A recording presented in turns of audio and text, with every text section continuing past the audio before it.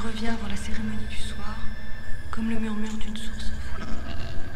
Un fin bruissement de perles entre les doigts du souvenir, qu'il est doux et qu'il est déchirant de l'entendre.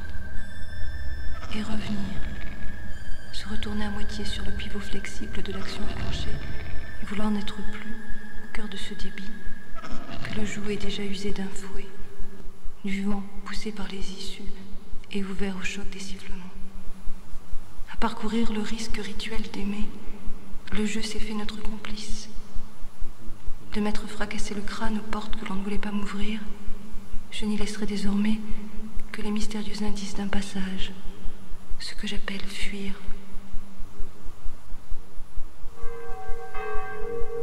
You're scaring me.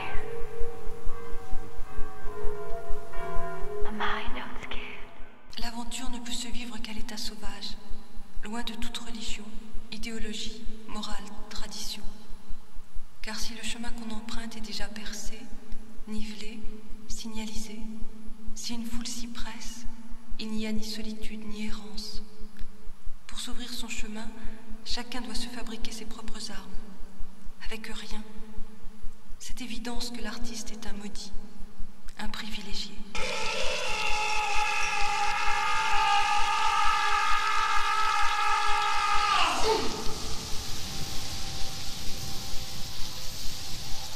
Ces poètes qui usent d'un verbe rare, parfois hermétique, voire hautain, ils n'ont jamais pris garde d'écouter la voix.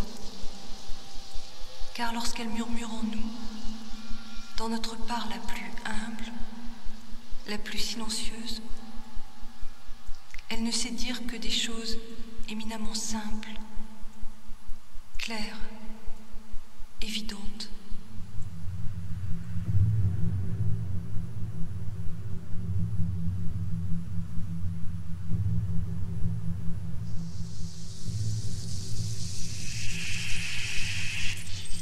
Ceux qui ont, il leur sera donné. Ceux qui ont la richesse intérieure, la faim, la générosité, le privilège de pouvoir se renoncer, ceux-là pourront rencontrer l'autre, déceler la vie.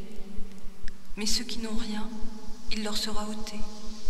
Ceux qui sont confinés dans le moi ne connaissent pas les tribulations de la faim. Il leur est retiré l'amour, la vie, et leur lot c'est le désert, l'aride. Je ne pense pas qu'il existe vérité plus terrible.